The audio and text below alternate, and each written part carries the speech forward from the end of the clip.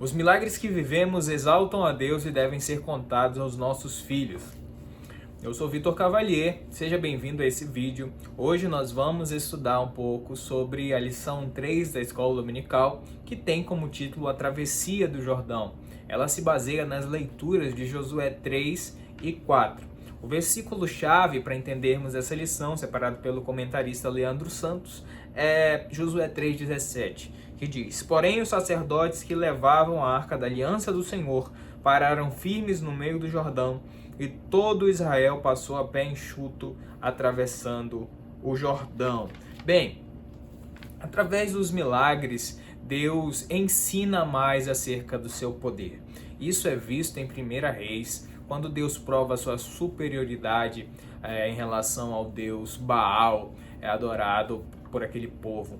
E a gente também pode entender através dessa lição que Deus pretende criar memórias dos milagres, como o memorial que é feito e que a gente vai estudar um pouco adiante. Primeiro nós vamos falar um pouco sobre o Rio Jordão. Jordão significa declive ou que desce, de acordo com o especialista em geografia bíblica Oswald Rones. Ele também destaca que o Rio Jordão é um rio importantíssimo ao longo da Bíblia, principalmente no Antigo Testamento. É palco de diversos milagres, diversas maravilhas de Deus, como essa travessia. É também palco no Novo Testamento de alguns acontecimentos importantes, como o batismo de Jesus. E é também palco de um cenário ali político na vida de Davi. Ou seja, o Rio Jordão é um rio importantíssimo na Bíblia. Acerca de alguns dados físicos do Rio Jordão. Em linha reta, de acordo com o autor dessa lição, ele possui cerca de 100 quilômetros, tem 5 metros de profundidade e 30 metros de largura. A gente pode destacar também, segundo Rones, que o Rio Jordão possui cerca de 340 quilômetros. E daqui a gente pode entender que quem mora aqui na região norte, eu não sei de onde você está assistindo esse vídeo, mas quem mora aqui no Brasil, na região norte, entende um pouco de rio. Nós vivemos aqui próximo ao rio Amazonas, que aqui, quando chega no Brasil, torna-se Rio Solimões. O rio Amazonas é o segundo maior rio do mundo, perdendo apenas para o Nilo. E hoje a gente vai estudar um pouco sobre esse rio importantíssimo nas Escrituras, que é o Rio Jordão. Agora a gente vai falar um pouco sobre antes da travessia, a Arca da Aliança. O texto separado pelo autor é Josué 3:3, que diz: Ordenaram ao povo dizendo: Quando virdes a arca da aliança do Senhor vosso Deus, e que os levitas sacerdotes a levam, partireis vós também do vosso lugar e a seguireis. A Arca da Aliança tem todo um simbolismo por trás dela. Ela era feita de ouro e era levada especialmente pelos coatitas. De acordo com THD e PhD Charles Wright, a Arca da Aliança, naquele momento extraordinário, foi levado pelos levitas, que eram também sacerdotes. Isso acontece em outras ocasiões especiais ao longo da Bíblia, na qual ela é levada pelos levitas, mas principalmente era levada pelos coatitas, essa era a função deles.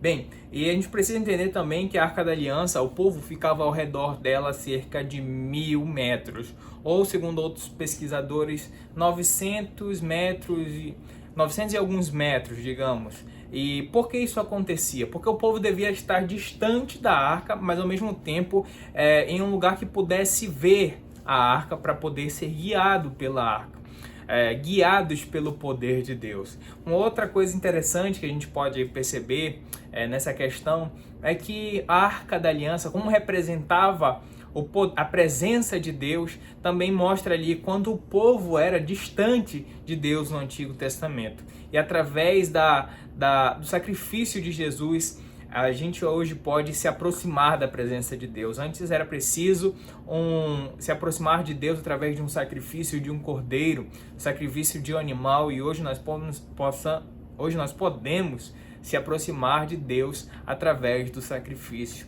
de Jesus. Bem, outro fato interessante, era difícil a travessia porque era um período de cheia e havia muitas pessoas, entre essas pessoas crianças, pessoas idosas, talvez debilitadas. Certamente os inimigos de Israel pensavam: agora é impossível, não pode acontecer essa travessia. Mas eles esqueceram ali do poder de Deus, não é verdade? Agora a gente vai falar um pouco acerca da santificação, uma ordem de Deus. Vejamos Josué 3:5, olha o que diz. Disse Josué também ao povo: santificai-vos, porque amanhã o Senhor fará maravilhas. De acordo com Jim Swagger, comentarista, ele vai falar que aquilo se manter purificado cerimonialmente seria o melhor a ser feito em Israel. Às vezes a gente precisa trilhar os caminhos de Deus e esquecer um pouco os nossos caminhos. Muitos querem seguir as suas vontades, muitos querem primeiro colocar os seus planos, mas a gente tem que entender que primeiro é Deus nas nossas vidas e depois o resto se acrescenta, né? Vejamos a história de alguns homens de Deus. Jonathan Edwards, pessoa que revolucionou o cenário da igreja, autor da pregação Pecadores na Mão de um Deus Irado. Ele se formou com honrarias na Yale College, mas quando se formou ele também não deixou de lado a leitura da Bíblia. Isso não impediu a leitura metódica, a leitura contínua da Bíblia Sagrada. Olha a história de Martinho Lutero. Se tornou doutor em filosofia muito cedo. Foi um homem que foi marcante, mas a história conta que ele, toda vez que acordava, tinha que orar cerca de 2 horas antes de fazer as suas outras atividades durante o dia. Ele acreditava que se ele não passasse aqueles momentos com Deus, o seu dia não teria o mesmo proveito e Satanás certamente iria vencê-lo. Olha o que Orlando Boyer fala: o tempo que ele passa em oração produz tempo para tudo que ele faz. Ou seja, todas as coisas que ele deixava para depois aconteciam de forma fluente. Suas pregações, suas ministrações, a sua vida secular e espiritual fluía de maneira agradável, porque ele colocava primeiro esse tempo com Deus. Santificar é importante. Uma outra coisa importante que o autor destaca é essa questão: os pactos de Deus não dependem daquilo que o homem é capaz de fazer, porque o homem é capaz, porque se assim fosse, muitas das suas promessas cairiam por terra, mas de uma ação soberana também move o homem. Bem, Deus é todo poderoso, Deus é glorioso e pode fazer o que Ele quiser. Mas o homem também tem que cumprir princípios para Deus cumprir as suas promessas. Quem diz isso é Thiago Brunet. A gente tem que lembrar que se a gente se diz seguidor de Cristo, se diz cristão, a gente também tem que cumprir os preceitos de Cristo. Se a gente é Israel, se a gente é nação santa, a gente tem que se manter de uma maneira agradável diante de Deus. E isso não vai fazer que Deus nos recompense simplesmente. Deus não depende da gente para nos presentear. Ele tem uma soberana graça, mas a gente também tem que fazer alguma coisa, porque nós nos dizemos seguidores de Cristo, não é verdade? Agora a gente vai falar um pouco sobre as instruções. Josué 3:9 diz: disse mais Josué: chegai-vos para cá e ouvi as palavras do Senhor vosso Deus. Olha as palavras do comentarista. É essencial a respeito do milagre. Desse modo, o capitão expôs que a maravilha que estava para acontecer faria o povo saber que o Deus vivo estava no meio deles. Existem algumas lições. Deus chama Josué chama o povo ali para dar instruções. Os milagres de Deus são pedagógicos. Os milagres de Deus trazem uma mensagem para o povo. Eles trazem um ensinamento. O primeiro ensinamento que a gente pode pegar é aquele como o Jim Swagger fala, as tribos do versículo 10. Eles tipificam os adversários da carne do cristão. Quando Deus fala que vai superar, que vai vencer aquelas tribos, isso também serve para a gente. O Espírito Santo, através do Espírito Santo, através do sacrifício de Jesus, nós conseguimos vencer essas coisas da carne. Outra lição importante, outras coisas que Deus trata com o povo. Primeiro, ele trata com Josué: começarei a te engrandecer. E a Bíblia vai falar até mesmo que ele é reconhecido como líder, uma autoridade, como Moisés era reconhecido depois desse milagre. Outra lição nós podemos aprender com os sacerdotes, que nós fazemos parte do plano de Deus, parte da ação no milagre de Deus. Isso é muito importante, a nossa presença nesses acontecimentos. E depois, uma lição a todo o povo, a importância de escutar a palavra para termos a nossa fé acrescentada. O autor separa aqui até Romanos 10, 17, que diz que a fé vem pelo ouvir a palavra de Deus. Observe esse texto, ele é espetacular, porque não é ouvir qualquer coisa, não é ouvir o pensamento de qualquer pessoa, é ouvir a palavra de Deus. Muitas vezes você pode ir para a igreja e ouvir uma mensagem de alguém na igreja e sair da mesma forma. Sim, porque aquela pessoa que chegou lá pode falar da sua vontade, falar sobre o que ela acha do mundo, sobre o que ela acha das pessoas. Ela pode desabafar, usar o púlpito para desabafar. Mas aquele que ouve a palavra de Deus genuína, a palavra de Deus de forma verdadeira, a palavra de Deus entra na vida da pessoa e transforma a vida daquela pessoa. A palavra de Deus é espetacular. Por isso que Hernanes Lopes diz que aquele que quer se levantar para ensinar também tem que sentar para aprender. A palavra de Deus, ela deve ser meditada para poder ser pronunciada e levada para as pessoas. Ela sim transforma vidas e não nosso achismo e não nosso entendimento. Seria até prepotência da nossa parte, não é verdade? Agora a gente vai falar um pouco sobre durante a travessia. O Jordão transbordava, Josué 3,15. Olha o que diz: quando os que levavam a arca chegaram até o Jordão e os seus pés se molharam na borda das águas, porque o Jordão transbordava sobre todas as ribanceiras todos os dias da cega. Primeira coisa que é importante a gente se destacar: os dias da cega são os dias da primavera. E na primavera acontecia a cheia naquele local. Naquele período de cheia provavelmente tinha fortes correntezas, era um lugar muito difícil de atravessar. A gente pode até falar algumas características físicas do Jordão nos períodos de cheia. A profundidade aumentava cerca de 12 metros, ou seja, 40 pés. Até a largura do Jordão aumentava, tanto é que transbordava. Ele passava de 9 a 12 metros para cerca de 3 quilômetros, ou seja, 2 milhas. Era algo realmente impressionante. Talvez nesse momento o povo inimigo se assegurou da vitória. Agora não vai dar para o povo passar, seria impossível. Mas eles esquecem da poderosa mão de Deus sobre o povo de Israel. H.H. Halley, pesquisador, ele fala que o milagre é mais exuberante por conta disso, por ser um momento de cheia, um momento de grande dificuldade. As águas pararam, ainda durante a travessia. Olha o que diz em Josué 3,16. Pararam-se as águas que vinham de cima, levantaram-se no montão, muito longe da cidade de Adã, que fica ao lado de Sartã, e que desciam no mar de Arabá, que é um mar salgado. Foram todos cortados, então passou o povo defronte de Jericó. Eles pararam, a água parou como um montão na cidade de Adã, muito longe. Quanto muito longe? Os pesquisadores falam que Adã ficava a cerca de 25 quilômetros de onde o povo estava. E a gente pode destacar também que esse mar salgado é o que é conhecido como Mar Morto. As águas se levantaram como um montão, e uma característica importante, que o leito ficou seco e o povo passou acima dos pedregulhos que ali estavam, né? Aí entra até algumas polêmicas acerca dessa travessia. O próprio autor vai falar acerca disso. Ele fala aqui: na história outros eventos naturais aconteceram, mas nenhum com confluência de detalhes e agravantes cuidadosamente descritos como nessa passagem. Que outros eventos na história são esses? Halley, ele explica um pouco sobre o terremoto que aconteceu em 1927.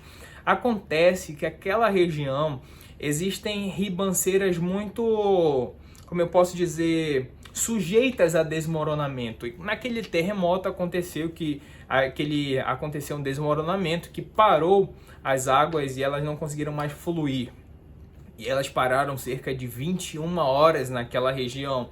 Acontece que algumas pessoas até dizem, então aconteceu a mesma coisa naquela ocasião. Pode ter acontecido ou não. Isso de nenhuma maneira vai diminuir a ação de Deus, porque existem coisas espetaculares que acontecem nessa ocasião destacada pelo autor. Primeiro, cumpriu-se uma promessa. Segundo, aconteceu na hora certa. Terceiro, aconteceu durante a cheia. Quarto, as paredes ficaram imóveis. Quinto, o rio ficou seco. E sexto, as águas voltaram a fluir logo depois da travessia. Wright, ele explica que provavelmente não foi esse terremoto similar a 1917, porque os afluentes do Jordão também pararam. As águas não passavam e a terra ficou seca. Eles passaram a pés enxutos. Não teria ali resquícios de água ou então uma dificuldade para o povo passar. O povo passou a seco, de forma limpa, e é isso que caracteriza assim a grandiosidade de Deus, a grandiosidade, a forma como ele faz os seus milagres de maneira completa e sem resquícios. Bom, agora a gente vai falar um pouco sobre a travessia pelo poder de Deus. Josué 3,17, que diz: porém os sacerdotes que levavam a arca da aliança do Senhor pararam firmes em seco no meio do Jordão, e todo Israel passou a seco, até que todo o povo acabou de passar o Jordão. Bom, a arca e os sacerdotes permaneceram firmes até o povo passar por completo. Isso é algo interessante. A gente pode ver aí como o povo se sentiu seguro. Deus não iria permitir as águas voltarem e afundarem a arca e afundar os sacerdotes. Certamente a gente pode entender isso como a presença de Deus nas nossas vidas. Com a presença de Deus nas nossas vidas, nós permanecemos guardados e cuidados por Deus, e nenhum mal pode acontecer nas nossas vidas por conta da presença de Deus que nos está protegendo. Outras coisas importantes, outras lições importantes que nós podemos entender com isso é a situação dos sacerdotes que tipificam Cristo. Quando eles puseram seus pés nas águas, as águas se separaram, as águas fugiram.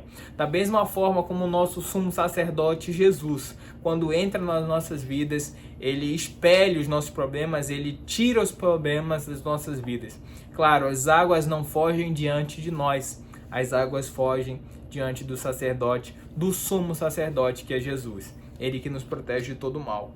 Bom, o autor ainda vai falar um pouco sobre adiante de vós, né? A arca fica diante da gente, guiando o povo. E isso é algo também importantíssimo dizer, que a presença de Deus nos guia durante essa travessia e durante a nossa jornada. Agora, após a travessia, foi feito um memorial no Jordão. Josué 4,9 diz algo interessante. Levantou Josué também 12 pedras no meio do Jordão, no lugar em que parados puseram os pés dos sacerdotes que levavam a arca da aliança, e ali estão até o dia de hoje. Por que também? Porque 2 memoriais foram feitos, ambos com 12 pedras, que tem todo um simbolismo por trás desse número, mas a gente vai falar um pouco adiante. O primeiro memorial foi feito com as pedras do Jordão, mas em Gilgal. Jim Swagger até vai destacar alguns pontos sobre essas pedras. Elas foram tomadas, levadas, colocadas e levantadas. Isso é maravilhoso porque ela meio que caracteriza o percurso do cristão nessa vida. A gente se batiza, a gente emerge, a gente renasce, e aquilo que estava morto se torna vivo e se torna representante, se torna um memorial para as outras pessoas verem como Deus transforma as nossas vidas, né? Isso aí é espetacular. E outro memorial é o memorial que é feito no Jordão, dentro do Jordão. Essas são consideradas as pedras do deserto, que caracterizam a morte dos 40 anos de incredulidade e esse novo momento. Os pecados de Israel no deserto foram esquecidos e foram mergulhados no Jordão. Isso é espetacular. Infelizmente, alguns cristãos ainda querem mergulhar no Jordão para recuperar, para lembrar daqueles pecados da vida anterior, daquela outra geração, daquele outro povo. Mas a gente tem que entender que pecado já passou. Existe o antes e depois. Hoje nós temos uma nova vida. Essa é uma das características do memorial no Jordão, não é verdade? Agora a gente vai falar um pouco sobre os efeitos da travessia. Josué 4,14 diz: Naquele dia o Senhor engrandeceu a Josué na presença de todo Israel e respeitaram-no todos os dias de sua vida como haviam respeitado Moisés. A gente já falou anteriormente sobre isso, não é verdade? Como Josué foi respeitado, assim como Moisés era respeitado, porque aquele milagre ele teve influência tanto internamente como externamente em Israel. Internamente acrescentou a fé, externamente provocou medo nos outros povos. E aqui a gente vai falar agora novamente sobre o memorial de Gilgal. Que todos soubessem que a mão do Senhor era com eles. Isso é muito importante. A intenção de fazer com que os nossos filhos, que nossa descendência reflita em Deus. Isso é espetacular. O autor Orlando Boyer, quando vai falar de John Wesley, ele vai citar a mãe de John Wesley, que era Susanna Wesley. Vários biógrafos vão dizer que não dá para falar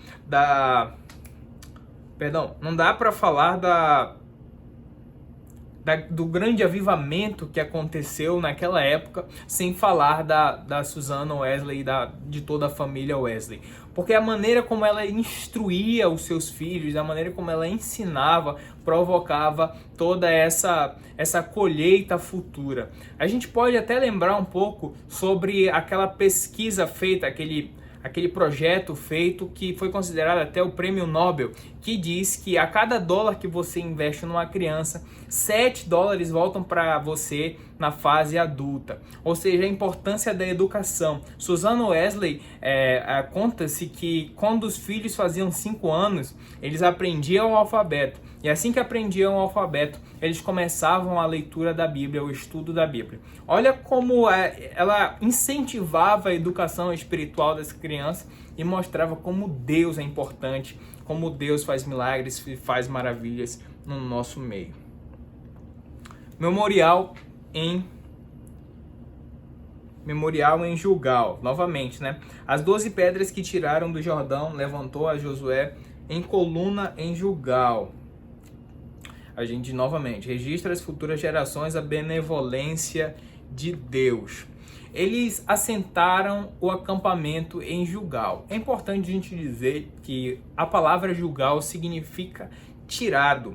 A gente pode entender também que isso representa os pecados que foram tirados e a incredulidade que foi tirada da época do deserto e que agora é reestabelecida uma nova nação, um novo comportamento e um novo pensamento para aquele povo.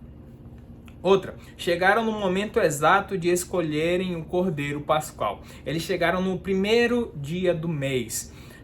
Eles chegaram no primeiro mês e naquele momento, o momento de escolherem o Cordeiro para Páscoa, feito que era celebrado 40 anos antes ali, foi estabelecido no Egito. Esse era considerado o mês mais importante. Então existe todo um simbolismo, existe toda uma história perfeita envolvendo esse milagre, não é verdade?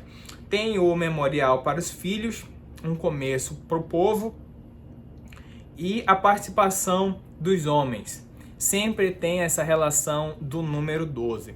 Eles separaram ali 12 homens, um de cada tribo, que por sua vez tomou também uma pedra do Jordão representando a sua tribo. O número 12 da Bíblia significa o governo de Deus.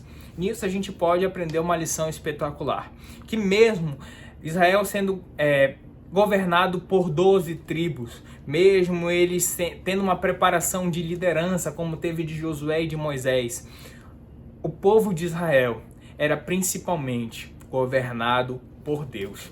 Era Deus que estava no controle de tudo que acontecia. Era Deus que livrava, era Deus que estabelecia e Deus que tirava os inimigos à frente do povo. Deus que estava no comando de todas as coisas, eles estavam debaixo do governo de Deus, e isso é espetacular. O memorial também é um sinal futuro que evidencia a fidelidade de Deus e proporciona, segundo o autor, 3 fatores: encorajamento, instrução e testemunho para as nações. Ou seja, a gente tem que levantar esse memorial para mostrar o quanto Deus é importante e o que Ele faz em nosso meio, e para que todas as nações também possam glorificar a Deus através de nossas vidas. Sua aplicação pessoal: os milagres que vivemos devem ser anunciados aos nossos filhos, de modo que eles também desfrutem da fidelidade de Deus e do seu cuidado e proteção para conosco. Assim, eu quero agradecer a você que esteve conosco até aqui, nesse momento desse vídeo, e eu espero que esse vídeo tenha servido para você aprender parte da história do povo de Israel e da história do livro de Josué. Espero também que esse livro possa ajudar você ali na escola dominical, e que você fique com Deus. Deus abençoe sua casa, Deus proteja sua família diante de todas essas coisas que estão acontecendo durante esse ano e que aconteceram no ano passado, né? Fique com Deus, Deus abençoe você. Obrigado.